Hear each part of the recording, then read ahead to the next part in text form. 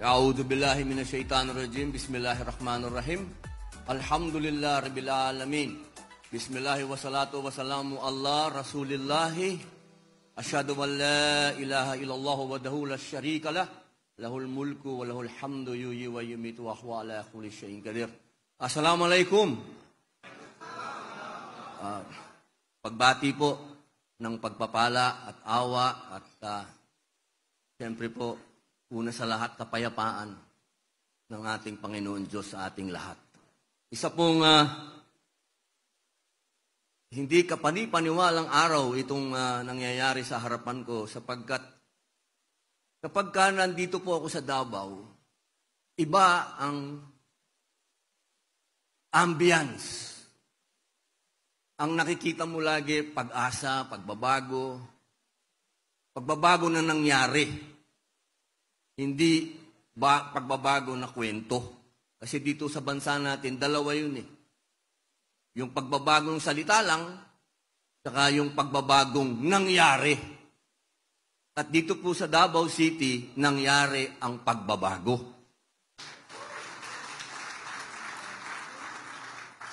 Yan po yung isang bagay na sa kwento po, no? Katulad ng sinabi ng aking mahal na kapatid na si Baste, si Mayor Baste. Sorry hindi ko agad nasabi yung Mayor Tol kasi magkapatid po kami niyan. Magkasama kami noong 2016 nung kami po yung nangangampanya. Tunay po yung sinabi niya. Tandaan po natin yun. Ideology. Ang Davao City ay ideology. Yung tagumpay, yung pagbabago, yung mukha ng ating Pangulong, pinakamagaling na Pangulo na dumating sa Pilipinas.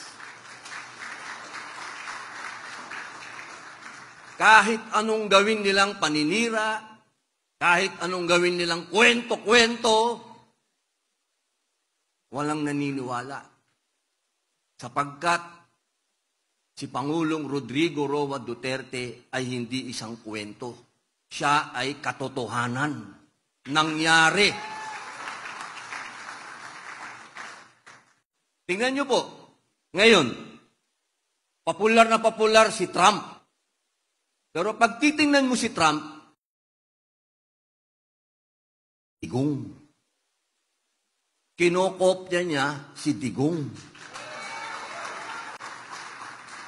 Ngayon lamang po, nung naupo siya, tingnan ninyo, sino ba ang Pangulo ng Pilipinas na pagkaupo, marami na kagad nangyari? Walang iba, kundi si Digong.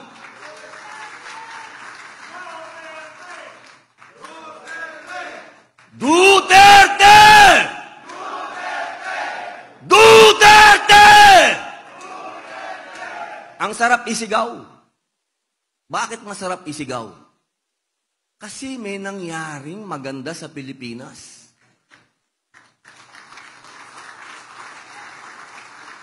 Hindi po tayo pupunta dito ngayon kung hindi tayo naniniwala sa Duterte. Gastos nyo yan, di ba? Wala naman akong nilabas na pera dito.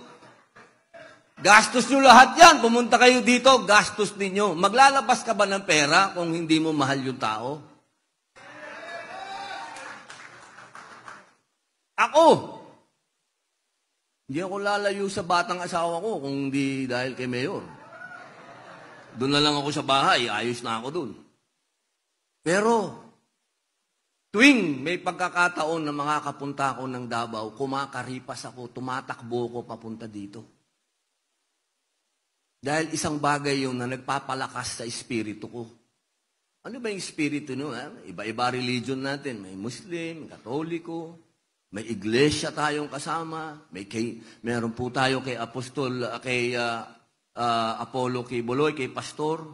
Alam nyo, matagal ko na pong gustong dumalaw kay Pastor. Hindi ko alam bakit hindi kami magtagpo. Alam nyo, isang bagay po yan na kanina may nagsabi sa atin yung speech ni Attorney Hilong. Napakaganda nung, now we're weaponized daw. Totoo po yan. Alam nyo po ba sa Amerika ngayon, meron pong crackdown. Nag-utos po ang Pangulong Trump, na itigil na yung persecution doon sa mga Christian, sa mga pastor, sa mga lumaban, doon sa mga panukala, mga ginagawa nila sa Amerika, patungkol doon sa mga pagkilala sa iba't ibang gender, sa pagtuturo sa mga eskwelahan ng gender, sa pagpapalakas ng abortion. Nagkaroon po yan at ngayon nagkakaroon ng investigasyon sa Amerika. Ibig pong sabihin, hindi lamang po sa Pilipinas nangyari yung pangiipit kay Pastor Kibuloy.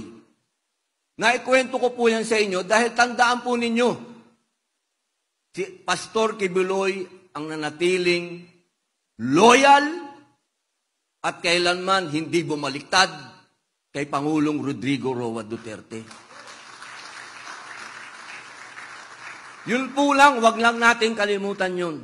Sapat na po yun. Tumayo si Pastor para sa pinakamamahal nating Pangulo. Wala pong sigurong makakatumbas ng tapang na yun kung hindi si Pastor Kibuloy. Ngayon, dapat magpapakilala lang ako kay Mayor. Ang sarap pala dito sa entablado. Pasensya na po kayo, nasarapan ako, Mayor, pero kasi po, tunay po yung aking sinasabi nila lagi sa Senado. Alam nyo, yan si Robin, wala naman alam yan. Ay, totoo, wala akong alam. Pero isa lang ang alam ko. Lahat ng ginagawa ni Mayor, Presidente Digong, yun ang sinusundan ko. Wala nang iba.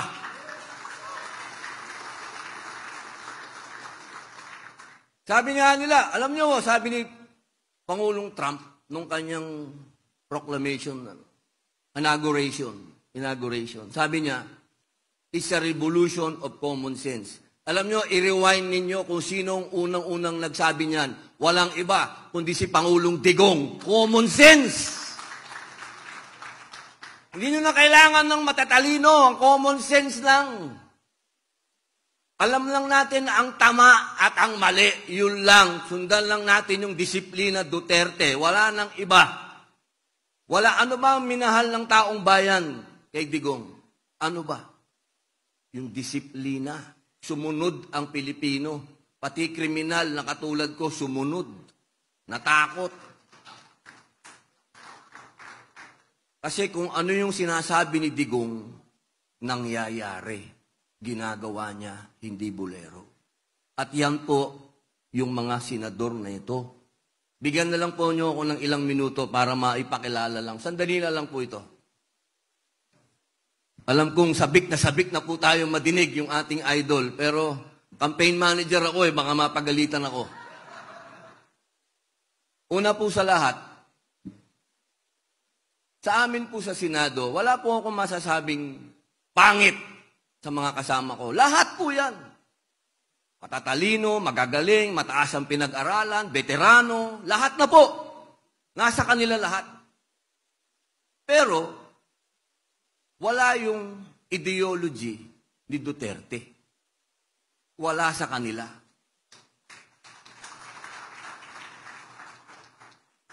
Sabi nga ng mga Pilipino, kailangan na magpapabago. Kailangan na tayong magbago. Paano tayo magkakaroon ng pagbabago? Puro luma yung hinahalal nyo. Walang personalan yan. Totoo lang itong sinasabi ko. Yung isang bagay na paulit-ulit, kahit sa larangan ng pag-ibig, masakit yung paulit-ulit tapos wala rin, di ba? Kailangan po may magdala ng tunay na pagbabago. At ito po yan. Unahin ko na. Bago. O, siyempre, unahin muna natin si General Bato.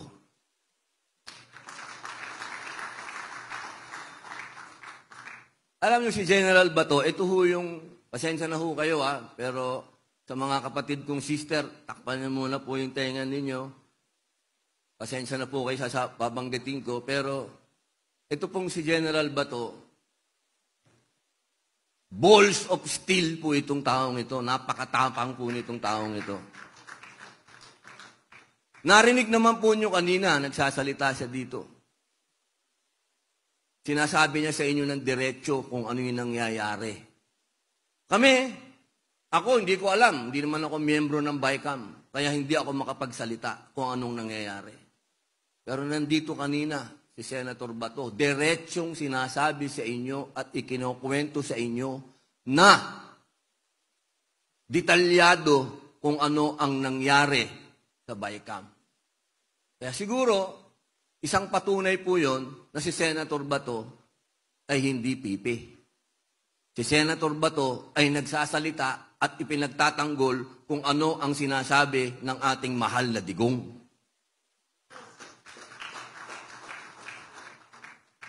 Ibig sabihin, ito po yung kasama mo sa hirap at ginhawa. Ito po yung taong hindi ka iiwan. At pati po doon, alam nyo, ito naman, marami naman nagsasabi dyan, ganyan naman kayo talaga sa Senado. Siyempre. Pero kami pagka nagpapapirma kami ng, may committee report ako, may committee.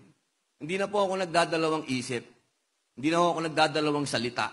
Doon sa ibang senador, kailangan mo pang manligaw. Siyempre, pare, tulungan mo naman ako, pirmahan. Pero kay Senator Bato, lahat po ng pinapirmahan ko, lagi po siyang nandyan. Kaya mga kapatid kong Muslim, lahat po ng mga batas kong isinusulong panukala na patungkol sa ating pananampalataya, lahat po yan nakapirma si Senator Bato.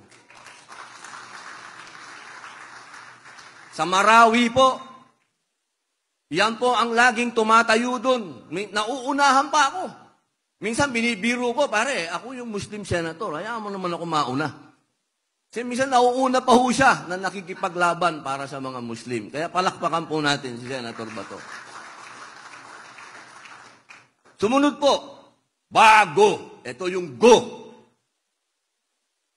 Ito, hindi ako magiging politiko kung hindi ko nakita si Senator Bongo. Hindi po ako magpopolitiko. Kasi wala. Isa lang ho talaga ang kinabilibang kong politiko at yun lang po si Digong. Wala nang iba. Kaya po ako sumama sa grupong ito. Dahil nakita ko talaga, ito ang leader. Pero nung nakita ko po si Senator Go, doon ko po nakita na pwede palang ibaba ng isang senador ang gobyerno sa tao. Pwede palang ilapit ng isang senador ang gobyerno sa tao. Alam nyo, magmula nung nanalo si Digong, hanggang ng 2019 na nagdesisyon siyang tumakbo, umiikot na po kami kasama si Kuya Ipe. Wala pa po siyang ambisyon na tumakbo, umiikot na si Senator Go. At hindi pa po siya senator nun. Tumutulong na po sa mga tao. Iba ho ang kanyang, palagay ko, sabi ko nga eto si Senator Bongo, pag nakita to ng ibang senator, gagayahin to. Totoo po. Kaya po ipinanganak yung napakadaming mga ano-anong pangalan, ng mga pagkakawang gawa, lahat po yan. Makikita nyo, ang lahat ng senador ngayon, pumupunta na sa sunog, pumupunta na kung saan-saan, lahat po yan, Bongo.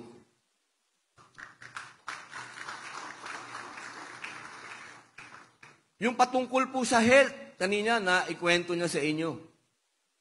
Yan po yung tao na hindi nyo mababasa kasi wala namang kaming media eh. Wala naman, hindi atin ng media. So may mga hindi po na ilalathala.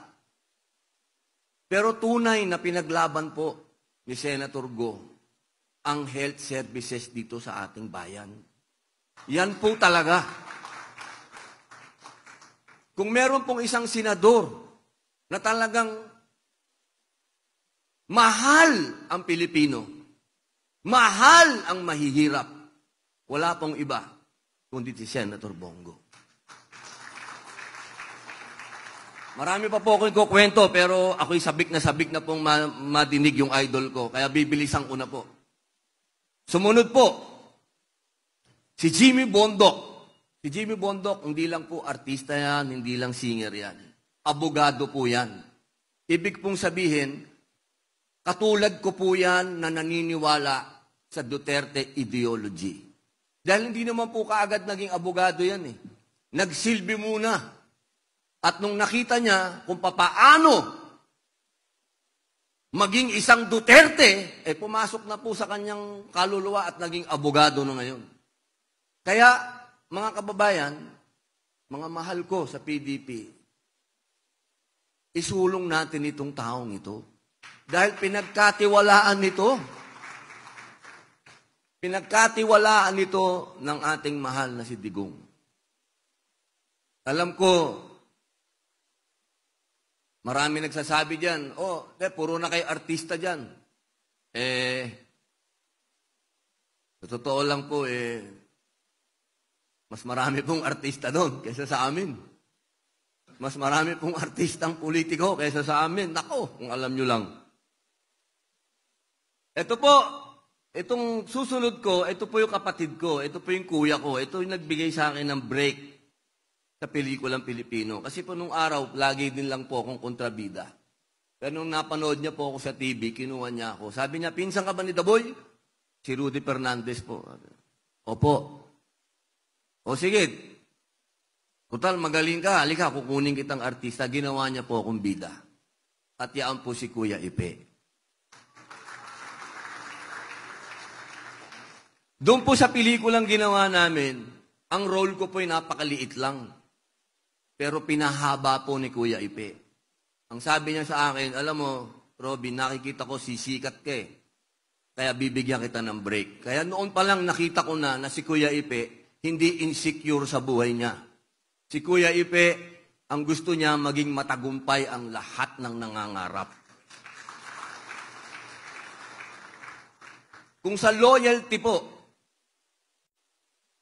wala na po sigurong sa lahat po sa amin, kasama na po ako. Kasama na po ako. Kung ako po 100% ang loyalty ko kay Pangulong Digong, si Kuya Ipe 200%. Sabi niya, nung nag-uumpisa na po itong mga kaguluhan, pinuntahan ako sa opisina niyan. Mag-usap tayo. Opo, Kuya Ipe. Kuya ko pa rin po yan. Kahit anong mangyari, pag gano'n ang usapan, kuya ko yan. Kuya, ano po yan? Wag na wag mong iiwan si Digong. Kahit anong mangyari, wag na wag mong iiwan si Digong. Yan po ang matatandaan ko sa aming dalawa ni Kuya Ipe. Yung araw na pinuntahan niya ako. Sabi niya, napakadami na nating pinagsilbihan. Pero hindi tayo kailanman nakakita ng ilaw.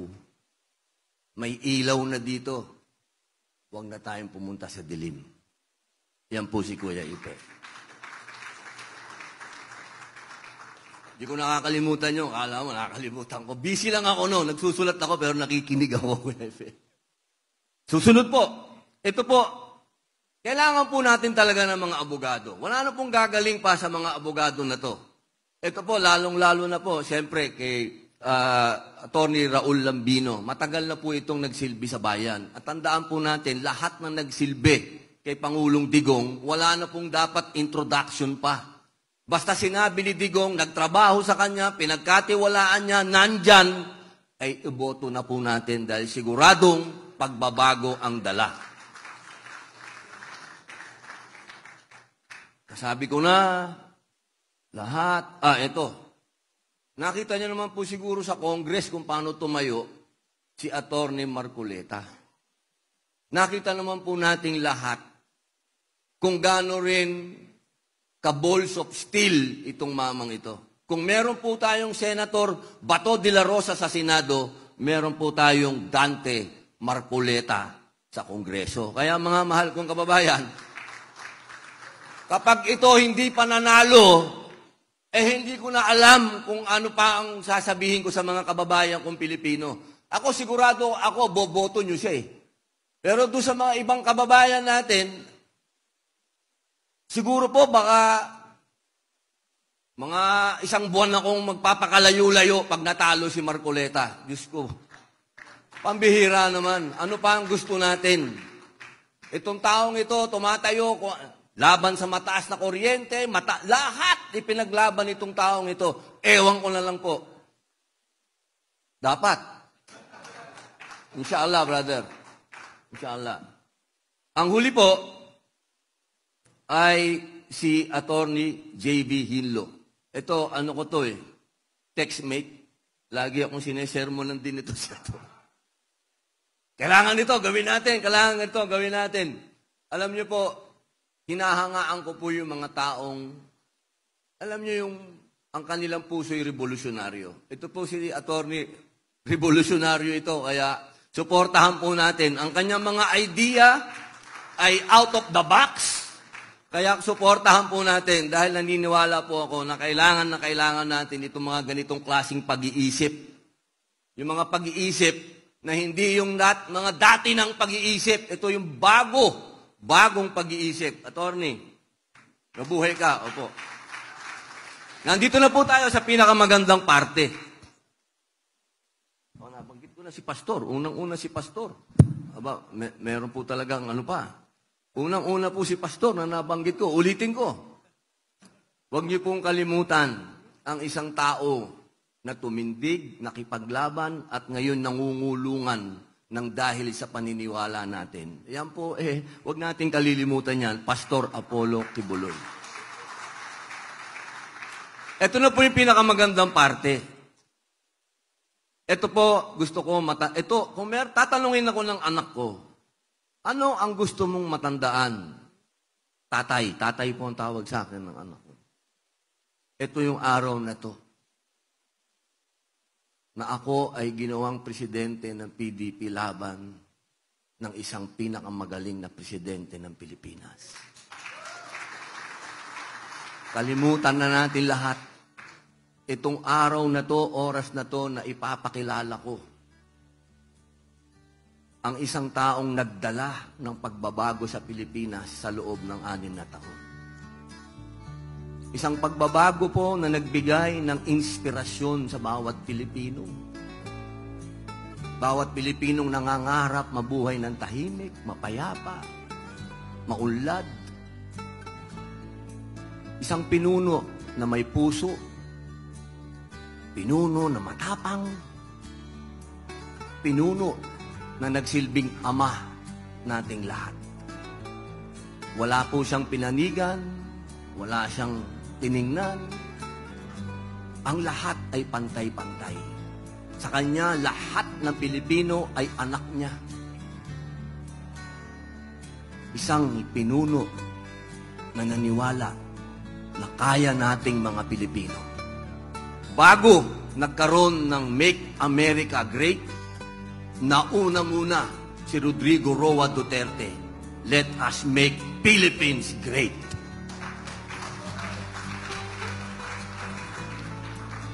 Kailanman hindi magmamaliw ang kanyang pag-ibig sa bayan.